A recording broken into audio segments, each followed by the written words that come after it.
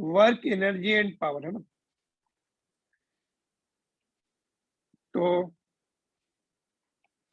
Work in physics is different from what we say the hard work, do the hard work in physics. Physics के लिए बोलते हैं hard work करो, hard and smart work करो, that is different. जो जो हमें study करने में वर्क लगता है, that can be, that is different. We cannot quantify here, we cannot give the formula for that, and mental work का फार्मूला नहीं होता। बट यहाँ पर mechanical work we are discussing, जिसमें कोई ब्लॉक होता है एंड उसका डिस्प्लेसमेंट होता है ना। If there is one block, you apply the force, it is getting displaced here, you can apply the force in horizontal direction at some angle, है ना, other than 90 degree। अगर 90 degree पे लगाया तो it may not move, it may not be displaced in the horizontal direction, so it should have some angle other than 90 degree। तो work done on the block will be given by force, dot product of force and displacement। This is the displacement, d is the displacement of the block, f is the force applied, उनका dot product. अभी हम लोगों ने vector काफी कुछ discussion किया है हम लोगों ने। Do you remember dot product? क्या फार्मूला बनेगा बोलिए? Are you there? ax को ab cos theta। तो यहाँ पर ए की जगह क्या है? What is in place of A? F. In place of B it is D, तो it will be F D cos theta. ठीक है, तो formula will be, it will be f d cos theta। you should know the magnitude of force, magnitude of displacement and angle between both, है ना। ये इधर displacement हो गया, कितना मैग्नीट्यूड है, फोर्स का कितना मैग्नीट्यूड है, दोनों के बीच में एंगल कितना है। ठीक है, तो that's how three things are required to get the work, है ना। तो it will be f d cos theta, it is the dot product of force and displacement। all right, vector work done is the scalar quantity, scalar को, therefore scalar product को हम लोग क्या बोलते हैं? डॉट प्रोडक्ट आल्सो, है ना। Dot product is also called scalar product because final quantity obtained is the, final quantity obtained is the work done which doesn't have any direction, scalar quantity है ये, है ना। एंड ऐसा unit will be joules and it can be positive, negative और zero. Why it can be positive, negative or zero? Can somebody explain? बता सकते हैं क्यों पॉजिटिव, नेगेटिव और जीरो हो सकती है? बिकॉज cos थीटा, नो, ये तो मैग्नीट्यूड होते हैं, they are always positive. Only cos theta is the deciding factor. If angle is less than 90 it will be positive, if angle is 90 degree, है ना, फोर्स अगर ऐसे लग रहा है, it will be zero। if angle is more than 90 degree it will be negative। suppose if we throw the object up, अगर हमने ऐसे ऑब्जेक्ट ऊपर फेंका, ठीक है, वेलोसिटी ऊपर है, लेकिन ग्रेविटेशनल फोर्स तो नीचे लगेगा, ग्रेविटी का फोर्स, डिस्प्लेसमेंट ऊपर होगा, तो दोनों के बीच में एंगल कितना होगा? 180 डिग्री। तो work done by gravity will be negative because angle is more than 90 degree. जब ऑब्जेक्ट को ऊपर फेंकते हैं तो work done by gravity is negative, उस समय एंगल मोर होता है, मोर देन 90 होता है। ठीक है, यहाँ तक ओके है? Yes sir. Yes sir. Okay, let me see आगे क्या पॉइंट है। तो थोड़ा सा if you want to write you can write. Zero कब होगा? यूनिफॉर्म सर्कुलर मोशन में। देखिए, यूनिफॉर्म सर्कुलर मोशन में ये डिस्प्लेसमेंट तो इधर की तरफ होगा कुछ, और सेंट्रीपिटल फोर्स इधर होता है, तो zero in uniform circular motion.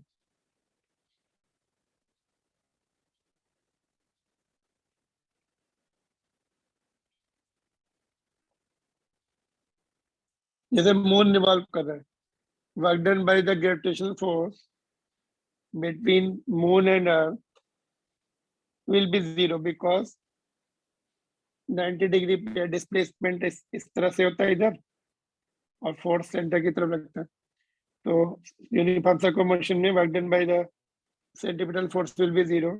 Negative कब होगा? नेगेटिव कब होगा? Work done by gravity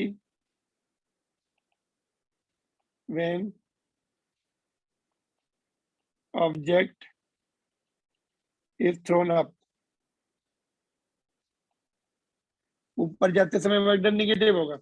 when it comes back coming down then it will be positive. Coming down में क्या होगा? ग्रेविटी का फोर्स भी नीचे, डिस्प्लेसमेंट भी डाउन, तो both are in same direction. cos theta will be 0, cos theta will be 1, in fact theta will be 0, तो less than 90 degree है तो पॉजिटिव होगा। तो when you throw the object up, work done by gravity is negative, when the object comes down work done is positive, है ना। जब तुमने किसी बॉल को ऊपर फेंक दिया सपोज, तो जब ऊपर जा रही है बॉल तो work done by gravity is negative, जब नीचे आ रही है वर्क डन इज पॉजिटिव, ठीक है। If we neglect the air resistance, then what will happen? It will be zero. ऊपर जाते समय माइनस हुआ, नीचे आते समय उतना ही प्लस होगा, तो work done will be zero for its closed loop, closed path. When it comes back to the same point, we call it closed path or closed loop. And in such cases, forces are called conservative forces. तो हम लोग conservative forces भी इस chapter में पढ़ने वाले हैं। Total work done zero हो जाता है जब पार्टिकल अपने पॉइंट पे वापस आ जाता है। कुछ पाथ के लिए पॉजिटिव वर्क डन रहता है, कुछ पाथ के लिए नेगेटिव रहता है, टोटल जीरो हो जाता है। तो we are going to discuss conservative forces on the grounds of the work done, ठीक है। तो यहाँ तक ओके है, चलो ये समझ में आ गया। ऑब्जेक्ट थ्रो किया ऊपर तो वर्क डन नेगेटिव है, यूनिफॉर्म सर्कुलर मोशन में जीरो है। पॉजिटिव कब होगा? जब ग्रेविटी में नीचे आ रही है ऑब्जेक्ट, तब पॉजिटिव होगा। Are you are pulling it on, ऐसे खींच रहे, इस केस में भी पॉजिटिव आएगा because cos less than 90 is positive. तो वर्क डन के बारे में सीखा हम लोगों ने, it is a dot product of force and displacement, F D cos theta. एक क्वेश्चन करते हैं, चलो एक सिंपल क्वेश्चन करते हैं इसका। My question is this,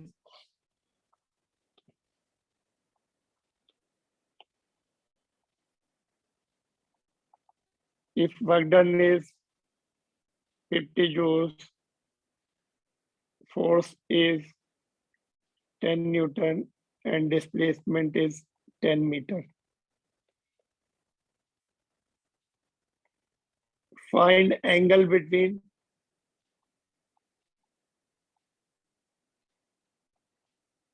force and displacement. बोले क्या आंसर होगा?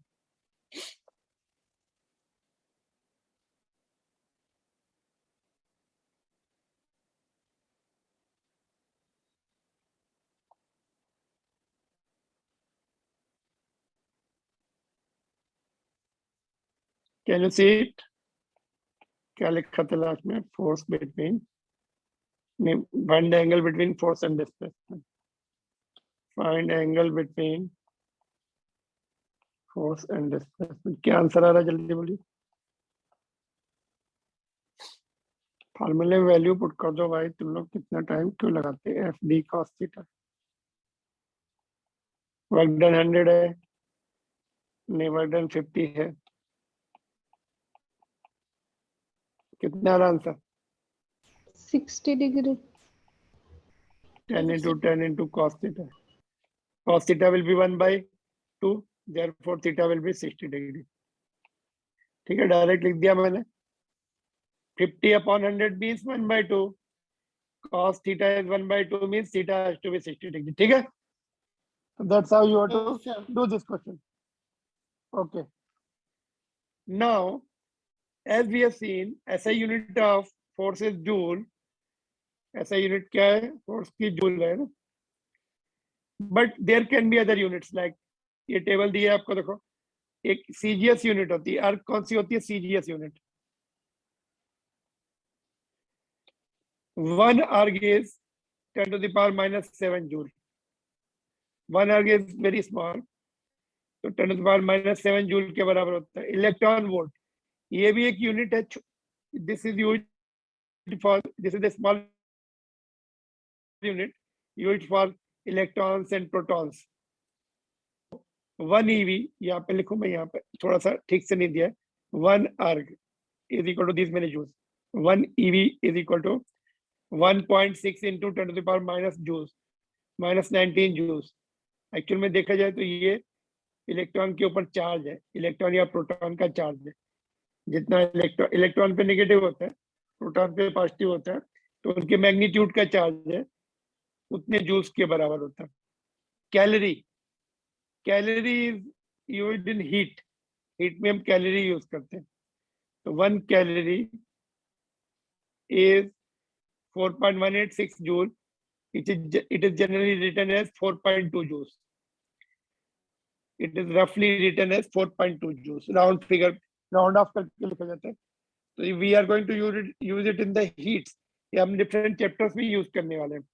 ये हम कहाँ use करेंगे? मॉडर्न फिजिक्स में, 12th के लास्ट चैप्टर्स में। ये 11th की सेकंड बुक में यूज करने वाले हैं। किलोवाट आवर, ये कहाँ यूज करने वाले हैं हम लोग? इलेक्ट्रिसिटी में। तो 1 kilowatt hour, 1 kWh is equal to 3.6 million joules.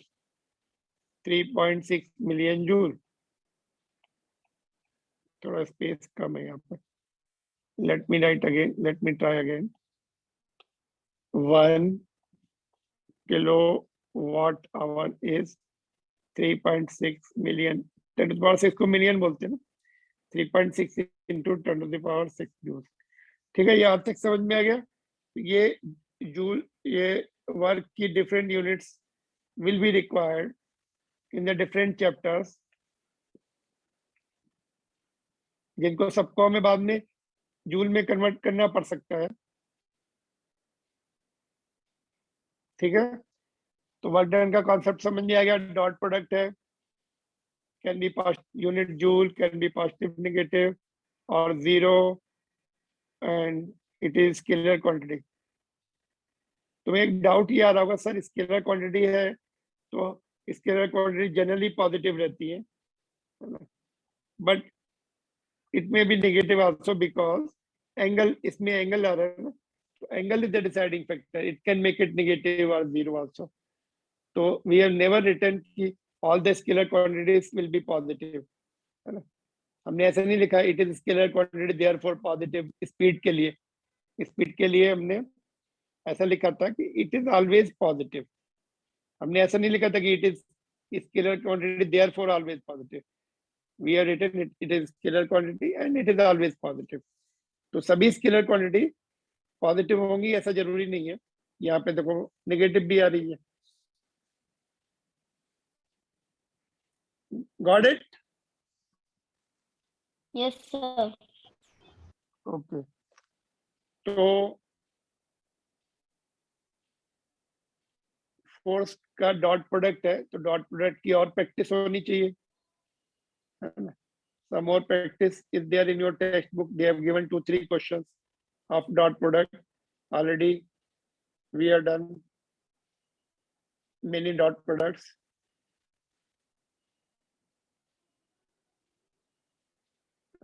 देखते आगे। नोट्स बनना है आप लोगों के ठीक से। नोट्स जो है डू कंप्लीट इट। अगर कोई छूट भी जाता है उसको लिख के रखो, नहीं तो performance will be going down. Alright, देखते हैं आगे। Yes, sir. देखिए, ये आपकी टेक्स्ट बुक का ही प्रॉब्लम है। Solve example, particularly second part I want to discuss. ठीक है, दोनों पार्ट डिस्कस करते हैं। देखिए, cyclist moves, comes to skidding stop in 10 meter During this process, the force on the cycle due to road is 200 Newton and directly opposite to the motion. Cyclist ऐसे slide कर रहा है और force opposite, friction force उसके ऊपर opposite लग रहा है. कितना है? 200 न्यूटन का. डिस्प्लेसमेंट फॉरवर्ड डायरेक्शन में. तो work done by the friction. How much does the road do? How much work does the road do? तो रोड का जो फ्रिक्शन है वो कितना काम करेगा? मतलब रोड जो है, because of friction road has to do the work ना रोड. तो in other words friction which is coming due to road, f d cos theta. So 200, d is 10 and both are having angle 180. So cos 180 is -1. So work done by the road or work done by the friction is minus 2000 joules. Second part, how much work does the cycle do on the road? Since road is not getting displaced, road displace हो रहा है क्या? Cycle तो displace हो रही थी, slide होके आगे चली गई है ना, डिस्प्लेसमेंट हुआ. यहाँ पे थी सपोज ये साइकिल ऐसे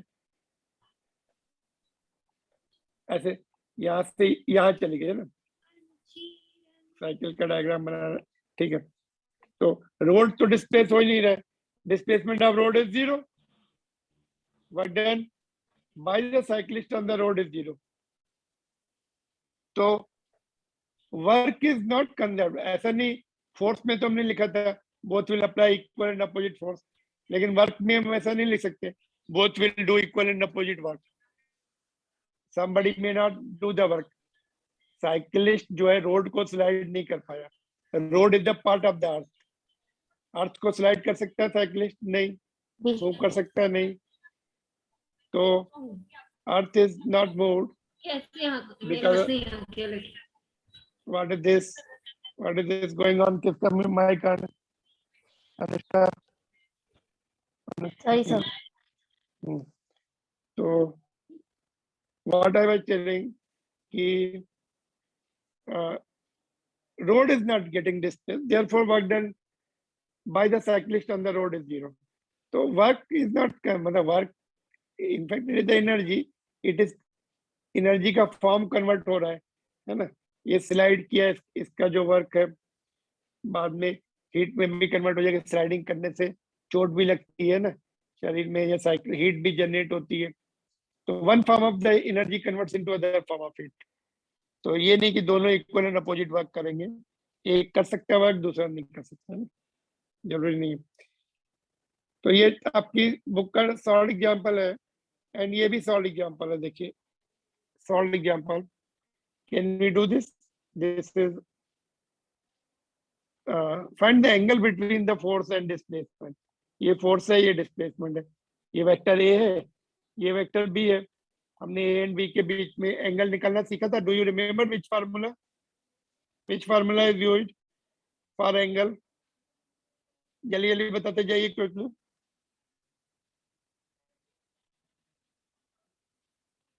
Yeah. Which formula is used for angle? A Dot product vector use dot करते B कि नहीं? vector. A dot B upon vector upon AB is equal to AB. cos theta. हाँ, तो cos theta will be A dot B upon AB. तो यहाँ पर A की जगह, तो यहाँ पे क्या करेंगे? cos theta will be F dot D upon magnitude of F, magnitude of D. उससे एंगल आ जाएगा. And second part, also find projection of F on D, projection of A on B. याद है फार्मूला क्या था? projection of one vector on other vector. What was the formula? F It vector dot D cap. F dot D और किसकी direction में? D की direction में. D का मैग्नीट्यूड ऐसे पढ़ा था हमने. Dot product divide by magnitude of the vector in which direction we want to find the projection. Work done also, find work done also. Work done के लिए क्या करेंगे? How to How to get the work done? बोलिए. How to get the work done? Sir FD cos theta. Affected. FD cos theta से काम नहीं चलेगा. काम चल सकता है, but that will be complicated. Yes, dot product का दूसरा formula. Yes, ax bx plus ay by plus az bz. तो ax क्या रहेगा? ये 3 रहेगा. 3 को 5 से मल्टीप्लाई करो, प्लस 4 को 4 से मल्टीप्लाई करके प्लस एंड प्लस -5 इंटू 3. ठीक है. तो डॉट प्रोडक्ट का दूसरा फार्मूला. सबके दो दो फार्मूले हैं. तो ए बी कॉस थीटा से भी आ जाता है, लेकिन उसमें लेंदी. ऑफ कोर्स आपने कॉस थीटा निकाला है इधर, ए का फिर भी आपको डिफिकल्ट जाएगा. इसका मैग्नीट्यूड निकालो, फिर इसका मैग्नीट्यूड निकालो, फिर एंगल निकालो. तो you have to perform 3 steps. है ना. यहाँ पे देखो आंसर दिए हुए ये. इसका ये जो है सॉल्व एग्जांपल ये कॉस ये आएगा theta is equal to cos inverse 0.32 and second part में ये आ जाएगा 16/√50 और डॉट प्रोडक्ट में हमने सेकेंड फार्मूले से निकाला 16 units. So this will be the answers of all the 3 parts. Let me bring the question down. Okay. Can you see it? Yes, sir. Yes, sir. Third part में work done.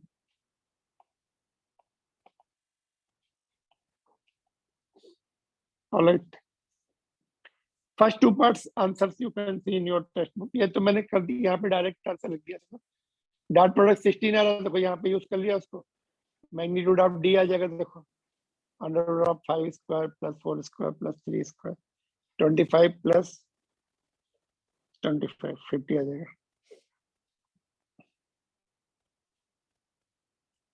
All right, no problem till now.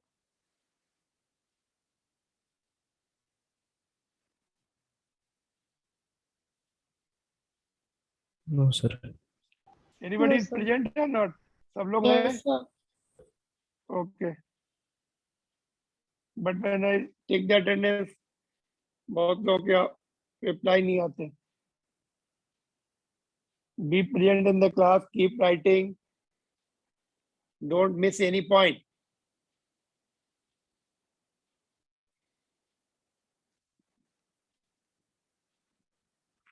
ठीक है, ये तीनों part clear है बिल्कुल.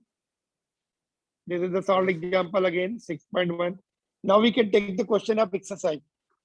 Question number 11 of this chapter is also important. देखिए ये, can you see question number 11? Good question. Same question is asked in competitive examination, but they made it centimeter. यहाँ पे centimeter कर दिया था, but here it is meter, so we are just not changing anything as it is. You have to solve it. तो ये solve करके भेज सकते हैं या फिर ये सॉल्व करो, नेक्स्ट क्वेश्चन सॉल्व करके भेजिए. Sign I will assign it. ठीक है, ये दोनों मेरे ख्याल से you should do yourself, है ना. Can you see both the questions? Both Yes, are important sir. also. So let me just check it. Everything is all right. हाँ, एक minute, it should be visible. थोड़ा सा, हाँ, देखो both are visible now. देखो F is given here and what is the work done by the force in moving the body a distance 4 meter along the z axis. So no hint for this, no hint, absolutely no hint for this. You have to do your own. ठीक है. और next question, if force F is given by this relation is applied on the object which is at coordinates -2, -3 and 4 meters, find work done if object comes to origin. So this also displacement पहले निकालना पड़ेगा आपको, है ना. ये तो position vector निकालना पड़ेगा r1 which will be -2i cap -3j cap +4k cap. Origin का पोजीशन वेक्टर तो 0 ही हो जाएगा. तो डिस्प्लेसमेंट का फॉर्मूला याद है आपको, D displacement is r2 minus r1, do you remember? तो डिस्प्लेसमेंट निकालना पड़ेगा, फिर इसके साथ डॉट प्रोडक्ट लगाना पड़ेगा। तो do it very carefully and send it in homework. I will just assign after the class.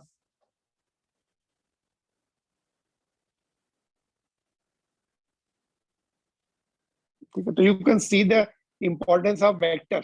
Now you can feel why I was forcing you to just do it sincerely. इस chapter में देखो पूरे vectors का ही काम नजर आ रहा है, dot product.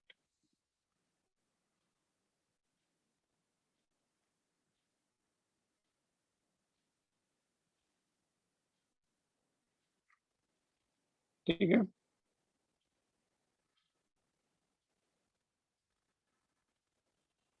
so these are the questions based on the work and let us see what is coming next. No problem so far? कोई प्रॉब्लम है यहाँ तक? बोलिए। No, sir. No, sir. Okay, note down.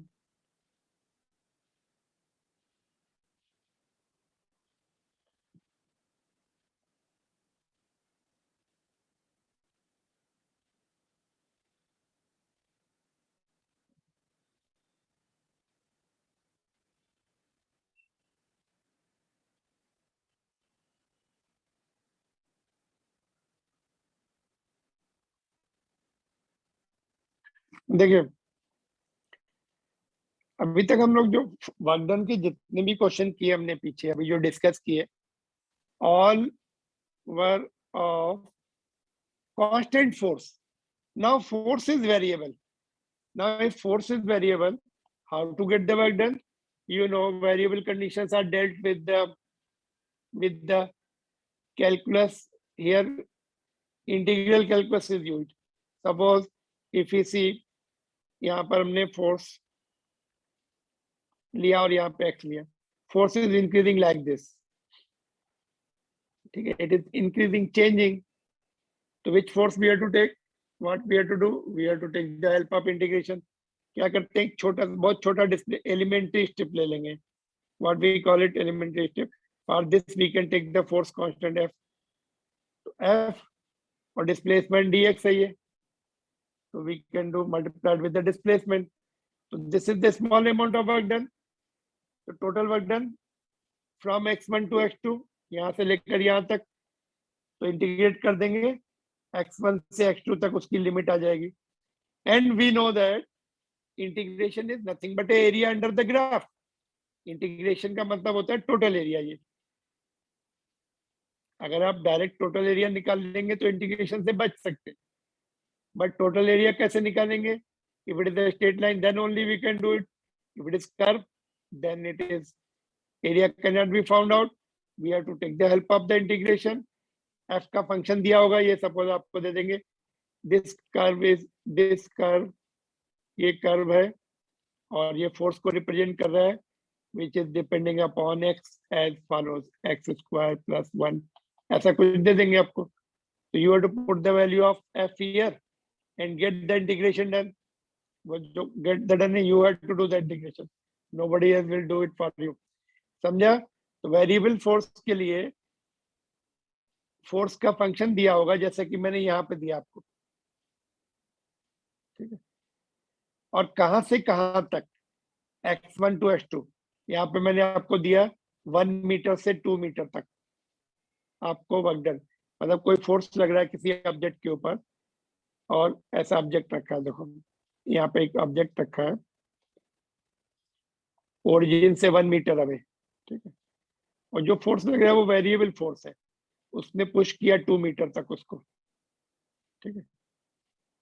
तो displacement तो है अपने पास 2 - 1, 1 metre का डिस्प्लेसमेंट हुआ, बट फोर्स वेरिएबल है। तो फिर हमें ये फार्मूला लगाना पड़ेगा इंटीग्रेशन का। फोर्स का फंक्शन यहाँ पुट कर देंगे, लिमिट पुट कर देंगे, x1 is 1, x2 is 2 और इंटीग्रेशन कर देंगे, तो अपना आंसर आ जाएगा।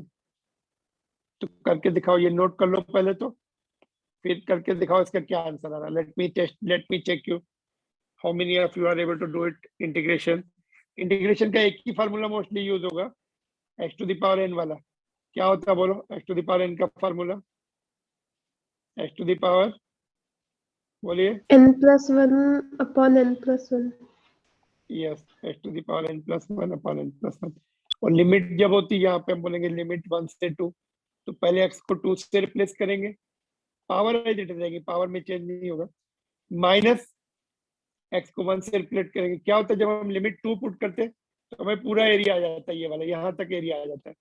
माइनस क्यों करते हैं, ये वाला एरिया नहीं चाहिए हमें, यहाँ से कर्व स्टार्ट हो रहा है, इसलिए लोअर लिमिट जब पुट करते हैं तो माइनस करते हैं। That is what is the logic. तो चलो, I am giving you sufficient time to do this question. Let's see what answer you get. मैं भी कैलकुलेट करता हूँ ओरली इसको, देखते कितना आंसर आ रहा है।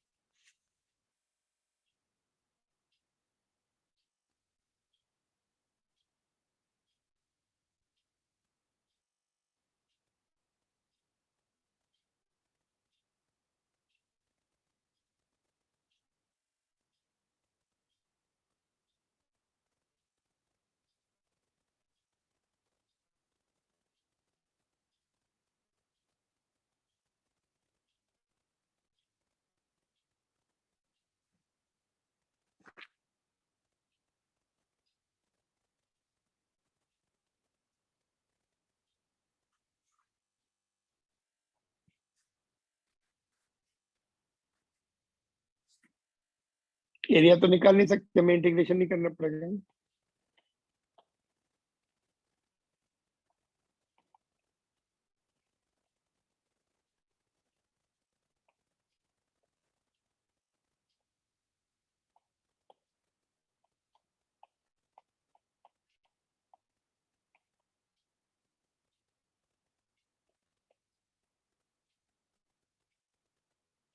एक्स स्क्वायर का इंटीग्रेशन क्या होगा? 2 हमने एज इट इज लिख दिया, एक्स स्क्वायर का इंटीग्रेशन क्या होगा?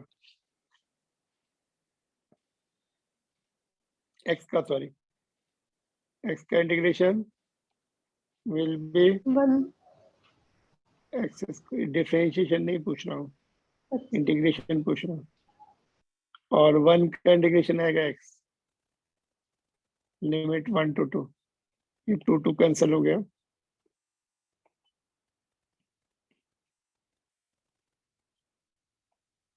अभी अपन लिमिट पुट करनी है, जहां जहां पर x है वहां पे 2 पुट कर देना है। तो फर्स्ट टर्म में एक्स स्क्वायर है, x की जगह 2 पुट किया, पावर एज इट इज, और सेकेंड टर्म में x है तो वहां पे 2 माइनस, इसको छोटे ब्रैकेट में लिख देते हैं 1, 1 स्क्वायर प्लस 1, तो ये आ गया 6 माइनस 2, दैट इज 4 जूल। ठीक है, तो इंटीग्रेशन की प्रैक्टिस ऑलरेडी, इंटीग्रेशन जो है हम लोगों ने डिस्कस किए, लिमिट भी सीखी है। Revise the points there and do it.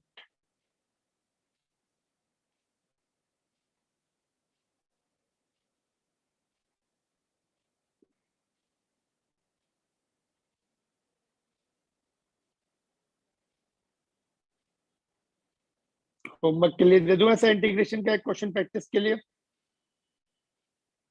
Yes, sir. Okay, पहले ये नोट कर लो।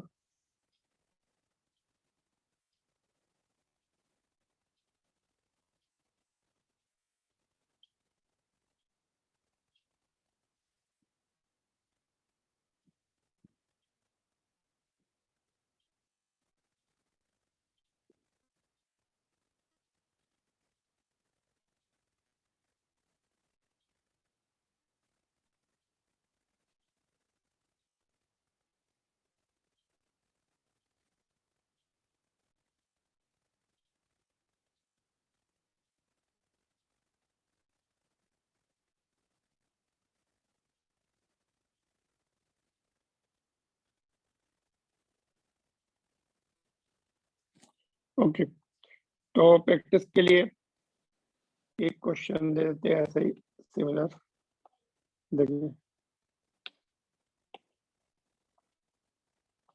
If f is equal to 3x square find work done from x is equal to -1 to x1 is equal to -1 to x2 is equal to 2 meters. ठीक है, तो same method, you to put the value यहाँ पर, फिर integration कर लो, यहाँ पे ऐसे पुट कर दो, फिर इंटीग्रेशन कर दो। लोअर लिमिट -1 है, अपर लिमिट 2 है, लिमिट लगाना है। अपर लिमिट जब लगाते तो अपर लिमिट के बाद जब लोअर लिमिट लगाते तो माइनस आता है बीच में, and you to simplify it, है ना। तो फाइनल आंसर सबका सेम आना चाहिए। तो this you take it in the homework and do it. So this is the third assignment.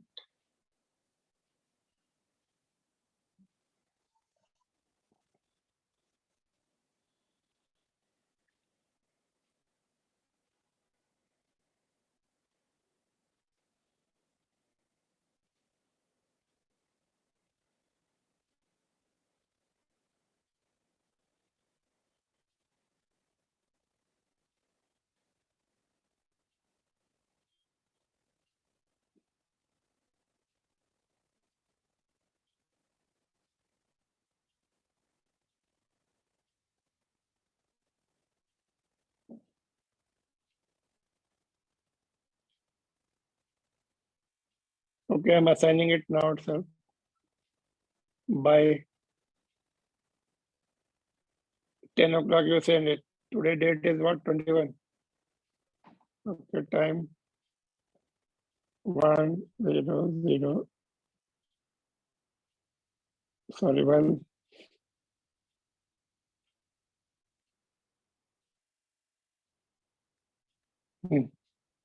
Yeah.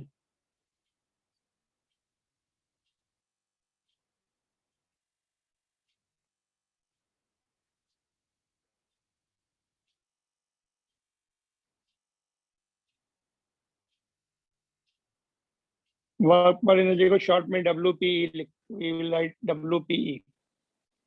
WPE. Okay. Okay, it is assigned. 3 questions are there. Maybe one more. Could you note down? Yes, sir. Okay. What about this question? Can we do it here itself? Bro, इसको यहीं पे करके बता, करते चलो।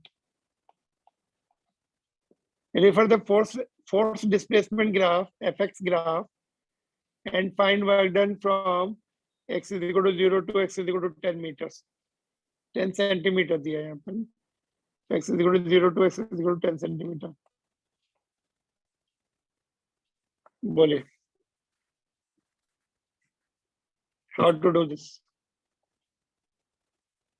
कैसे करेंगे बताइए इसको।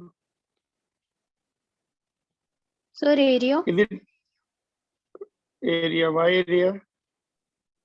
Y area बताइए, y area। क्यों एरिया लेंगे, और कुछ तरीका है? एरिया किस में लेते हैं बोलो? वेरिएबल फोर्स है ना, वेरिएबल फोर्स में इंटीग्रेशन करना पड़ता है, और या तो एरिया निकालना आसान है तो एरिया निकाल लेते हैं। तो फोर्स वेरिएबल है कि नहीं, पहले ये तो चेक करो, है क्या force variable? Force is initially 100, बाद में धीरे धीरे डिक्रीज होता हुआ 0 आ गया, 10 सेंटीमीटर के बाद 0 हो गया, तो वेरिएबल है। तो एरिया निकाल सकते हैं, ट्राइंगल दिख रहा है हमें, तो work done is equal to area of F X graph. तो एरिया निकाल सकते हैं ट्राइंगल का half into base into height. Base कितना लेंगे बोलो, how much should be right base, जल्दी बताइए। 10. 10 or something else? 10 into 10 to the power minus 2 centimetre में है, तो मीटर में कन्वर्ट होगा कि ऐसे रहेगा बोलो? फोर्स इज, हाइट इज 100, कितना आ रहा है ये 5 जूल्स,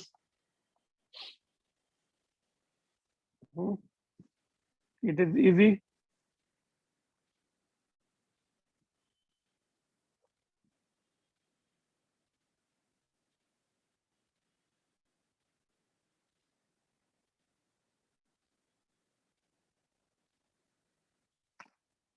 ठीक है, समझ में आ गया ये? Yes, sir. ओके,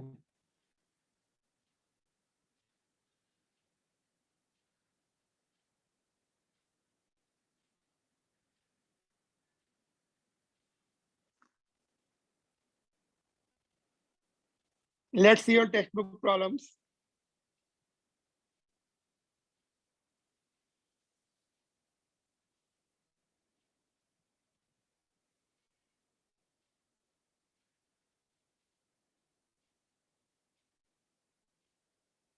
देखिए, the sign of work done by the force on the body is important to understand. State carefully if the following quantities are positive or negative. थोड़ी देर पहले हम लोगों ने सीखा था कि फोर्स जो है, I mean work done, positive negative हो सकता है। तो आपको यहाँ पे बताना है कौन से केस में पॉजिटिव है और कौन से केस में नेगेटिव है। ठीक है, तो work done by man in lifting the bucket out of the well by means of rope.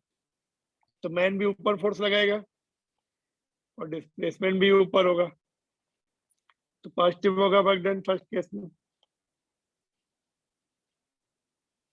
Man किधर फोर्स लगाएगा, नीचे लगाएगा कि ऊपर? ऊपर ही लगाएगा, खींचेगा उसको, डिस्प्लेसमेंट भी ऊपर होगा, तो पॉजिटिव आ जाएगा इसका ए का। What about this second part? Negative. Why negative? Gravitation force is always downward. FG, gravity का force. Displacement ऊपर, तो 180 degree angle, cos 180 is -1. Gravity का force negative होगा because bucket is going up. ऊपर खींच रहे कि नीचे ला रहे बकेट को, क्या कर रहे? लिफ्टिंग द बकेट है ना, पानी भर गया उसमें, अभी लिफ्ट कर रहे हैं उसको।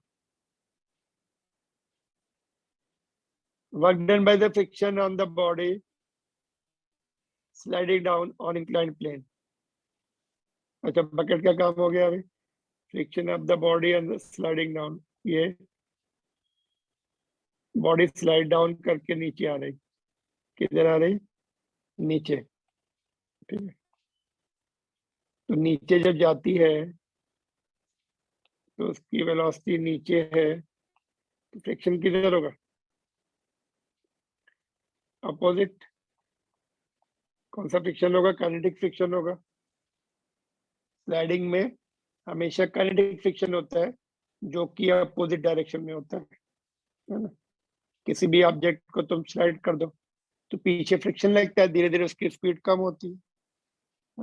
और यहाँ पे ग्रेविटी का भी रहेगा, mg sin थीटा भी रहेगा, तो हो सकता है स्पीड उसकी धीरे धीरे बढ़े भी, बट अपना फ्रिक्शन उसको अपोज करता रहेगा। काइनेटिक फ्रिक्शन उसको आसानी से नीचे नहीं जाने देगा। काइनेटिक फ्रिक्शन का वर्क डन हमेशा नेगेटिव होता है ना। स्लाइडिंग में काइनेटिक फ्रिक्शन होगा कि नहीं? तो क्या होगा फिर? फ्रिक्शन उधर है, डिस्प्लेसमेंट नीचे की तरफ है, माइनस, डिस्प्लेसमेंट नीचे होगा, तो एंगल कितना बनना है? 180 डिग्री, तो minus. Work done by the applied force on the body moving on the rough horizontal plane with the uniform velocity, क्या होगा इसमें बोलो? पॉजिटिव या negative? Come on, be quick.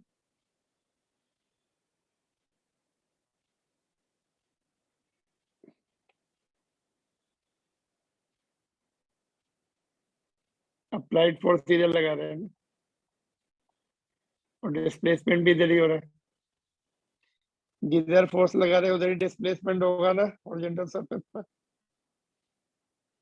Uniform velocity से आगे जा रहा है, पॉजिटिव की negative? Positive. Positive. Yes, Positive. Because जिधर फोर्स है उधर डिस्प्लेसमेंट है। अप्लाइड फोर्स का पूछा है, अप्लाइड फोर्स जो है, हम राइट लगाएंगे तो राइट डिस्प्लेसमेंट होगा, लेफ्ट लगाएंगे तो लेफ्ट डिस्प्लेसमेंट, सेम डायरेक्शन में। This will be positive. What about this? Work done by the resistive forces of air on vibrating the pendulum. Resistive forces हमेशा नेगेटिव वर्क करते हैं, हमेशा उसकी स्पीड को कम करते हैं। पेंडुलम धीरे धीरे स्पीड लॉस करता है, एनर्जी लॉस करता है, रुक जाता है। तो air resistance will always apply the force in opposite direction. Body जब ऊपर जाती है तो एयर रेजिस्टेंस नीचे की तरफ फोर्स लगाता है, जब बॉडी नीचे आती है तो एयर रेजिस्टेंस ऊपर की तरफ, दोनों तरफ हमेशा अपोजिट लगाता है फोर्स। तो दोनों केसेस में स्पीड को कम करता है वो। तो पेंडुलम क्या होता है, धीरे धीरे रुक जाता है। तो negative work done bye static friction. देखो यहाँ पे तो काइनेटिक फ्रिक्शन था,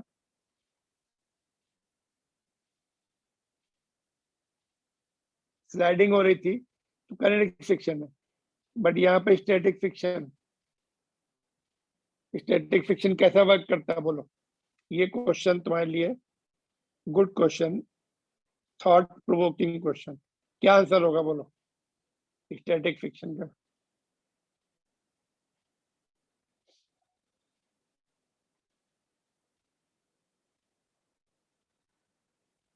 बोली, आर यू देयर? इसका can you do it in homework? Think and do it. केवल ये पार्ट करना है आपको होमवर्क में। One more question is added in your homework. I want you to think and do it. Anybody want to reply now?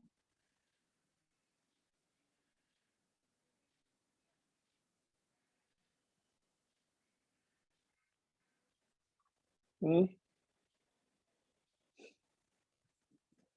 Are you there? Yes, sir.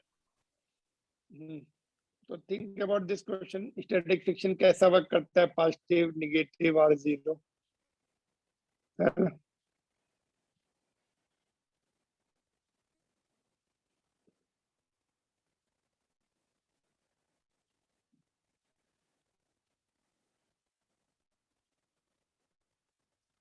Just 2-3 minutes remaining. We can make the best use of that also. देखो energy जो है, what do you mean by energy? Energy is capacity of body to do the work.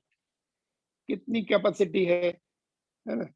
Weak person may have less energy less capacity to do work, कम काम कर सकता है, and that strong man can have more capacity to work.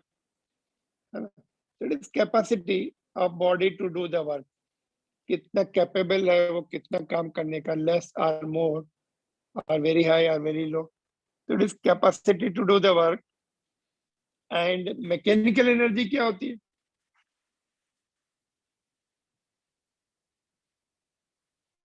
Mechanical energy is sum of kinetic and potential energy.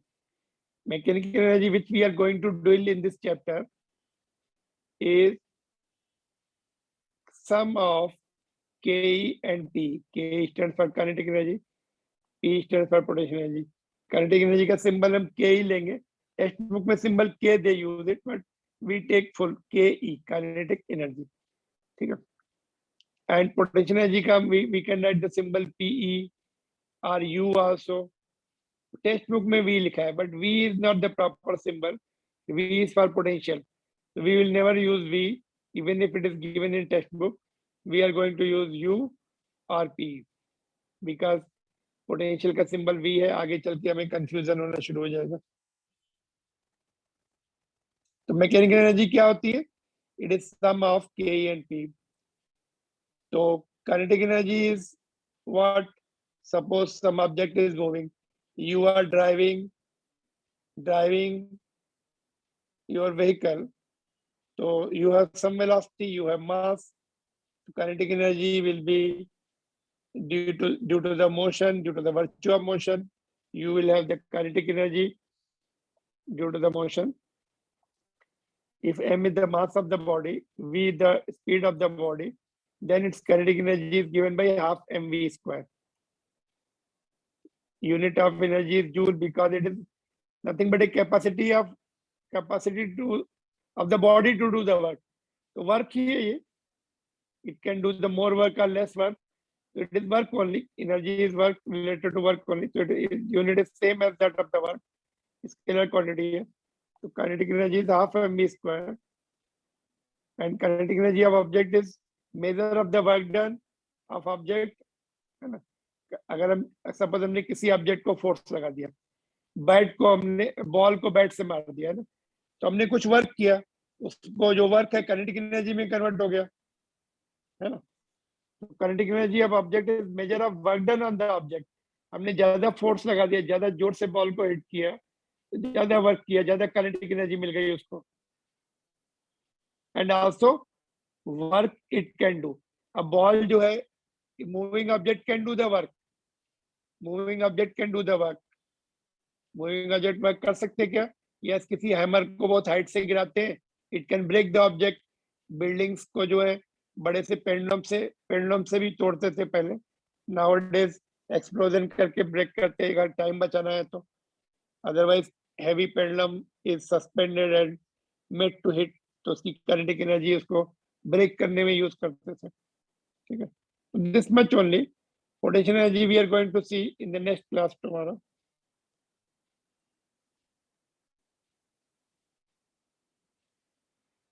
You can note down up to here. We'll continue tomorrow further. यहाँ तक है.